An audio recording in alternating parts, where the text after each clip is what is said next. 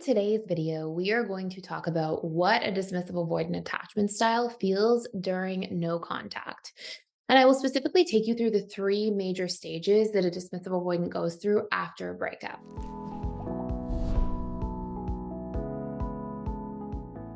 So, one of the first things that you want to understand is that no contact, if you're not actually familiar with it, is essentially that after a breakup, when two people separate, and it can even be like a friendship breakup or a family member relationship breakup, that you will have literally no contact.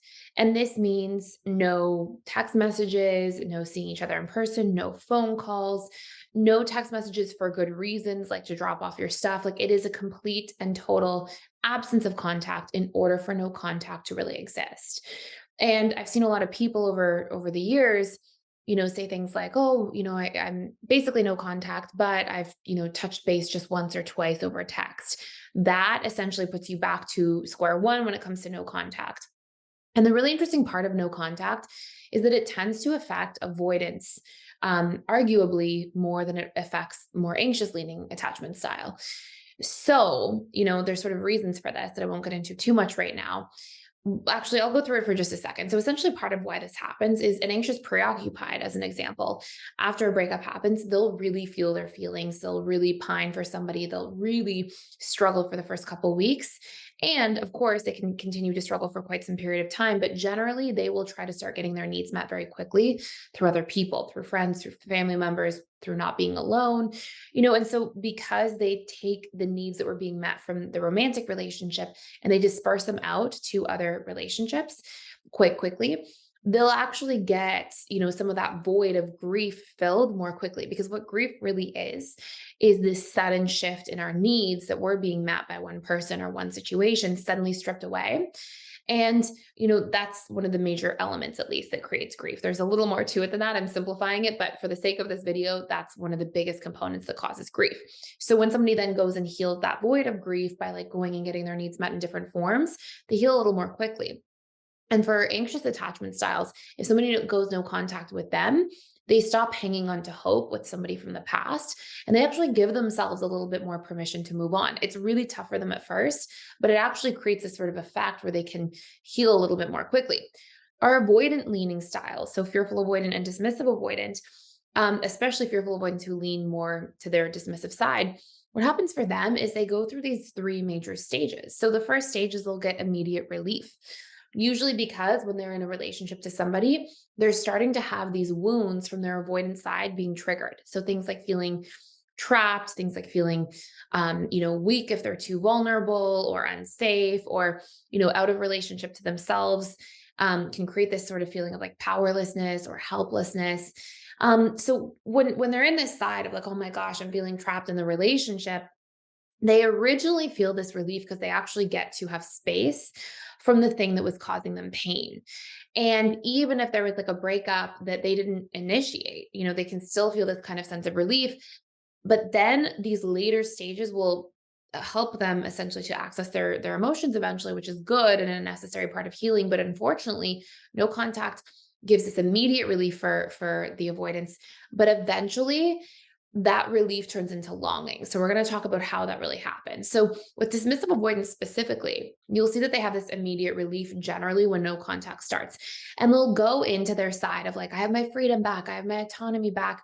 They'll sort of, be happy about these needs that they're assuming were not being met while they were in a relationship to somebody else, especially because dismissive avoidance in particular tend to have this kind of all or nothing set of thinking patterns when it comes to romantic relationships, where they think that like they can either be in a relationship with somebody else or maintain the relationship to themselves, but they find it hard to do both simultaneously, which is like what interdependency is. So originally they'll kind of have this relief cycle of like, okay, I have my freedom back, I have my autonomy back. And then they'll go into this space of like emotional detachment where they'll actually shut down their own emotions in the relationship to somebody else. And they'll deny and suppress as a coping mechanism to not feel, right? Because dismissive avoidants do not want to feel their emotions. Then they'll go into this numbness cycle. So we can imagine that like the first stage is this relief and emotional detachment stage. The second stage is going into this numbing cycle post breakup. And when no contact is happening, at first they'll feel like this relief, but eventually, as more and more time passes, they'll start to, be like, okay, well, what's happening here? Usually dismissive avoidance will not want to feel their emotions, especially about other people. So they'll go into this numbing stage where they'll really focus on their creature comforts. They'll really focus on like binging food or movies or, all these kind of like escape mechanisms to not feel their emotions because they don't want to feel their emotions. Their major coping mechanism is to avoid their emotions and thus avoid themselves. Um, and also, their emotions make them feel out of control. And so they'll go into this numbness cycle of like suppress, disconnect, numb. And suppression can only really last so long for a DA until they're feeling more. And then they can't just like repress things down. They'll have to distract themselves more often. So this is sort of the second stage where it goes from this relief stage to this numbing stage. And then they go into this longing stage. So I'm going to talk to you a little bit about this. I do just want to say really quickly though, if you are going through a breakup of a situationship, a romantic relationship, a friendship, a family relationship, and you're struggling to move through that grief that we talked about earlier, you can check out our How to Heal from a Breakup course. It applies to all different relationships. And it talks about how no contact affects all attachment styles in there. And you can check it out for free completely for 14 days.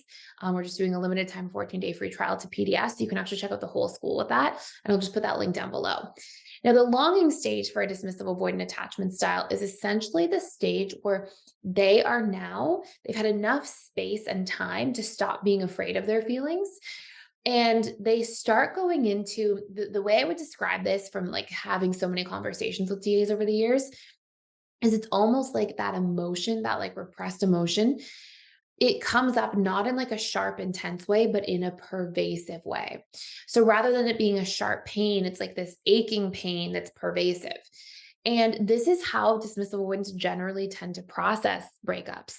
It's a little bit different if they were dating somebody for like a month or a couple weeks, but if there was like a real connection there, dismissive avoidants, like they first feel relief, they go into this numbing stage, and then when they're done with the numbing, and it's like, okay, it's been long enough, I'm okay to stop numbing.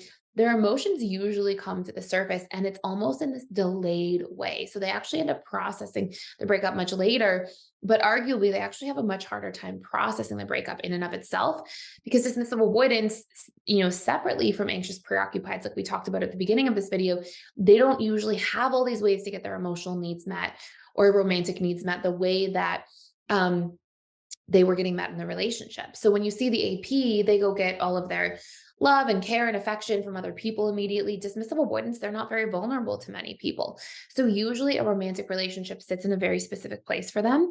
And it's almost like very few people access that part of who the dismissive avoidant is, meaning that when they do start processing and feeling, that void of what grief is made up of, like we were talking about, actually is harder for them to fill. And I usually see that although DAs seem like they're bouncing back the fastest after a breakup in the first couple of weeks, that usually there's this delayed response about 6 weeks after, up to 3 months after, 4 months after for DAs, where they're really sitting in their feelings and they're feeling quite stuck. So I think this is really interesting. Of course, if you are a dismissive avoidant and you want to do some healing work, in that course I was mentioning, it actually talks about like all the ways to assess what your needs are, address them post breakup, and find other ways to heal and bounce back more quickly. Or if you're the loved one of a DA wondering about them and what they're feeling, one of the biggest things is going to be to give yourself permission to move on and to do what we talked about, right? Go establish what your needs are, find other sources and forms of them. And that course can also help you do that in more detail if that's helpful for you as extra support. So welcome to our Personal Development School free attachment style test. If you have less than 3 minutes, really, it usually takes to fill out this test, we have a few questions for you to help you really determine exactly your attachment style and even the breakdown. So if you're leaning a certain direction, if you have a secondary attachment style, it will help break all of this down for you. Essentially, the quiz is here. It's at the Personal Development School website. You just click attachment style test at the top. And there are a series of questions here that you can take. And as you go through the questions, you will see that by the end of this, you actually have the ability to obtain a free report.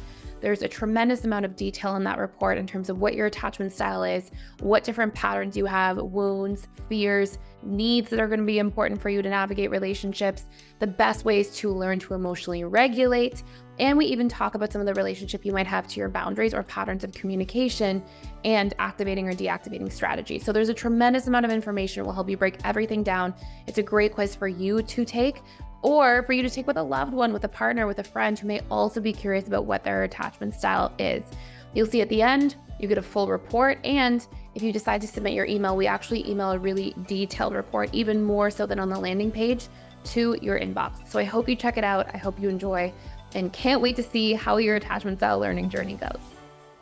So anyways, that's it for today. I hope you enjoyed this. I hope this makes sense to you. If you have more questions about this, let me know down below. Also, if you want to see more videos about breakups, healing, no contact, that kind of thing, please hit the thumbs up button. It will let me know that that's something that you want to dig into in the future. And I appreciate you stopping by. I'm grateful that you're here, and I look forward to seeing you in future videos.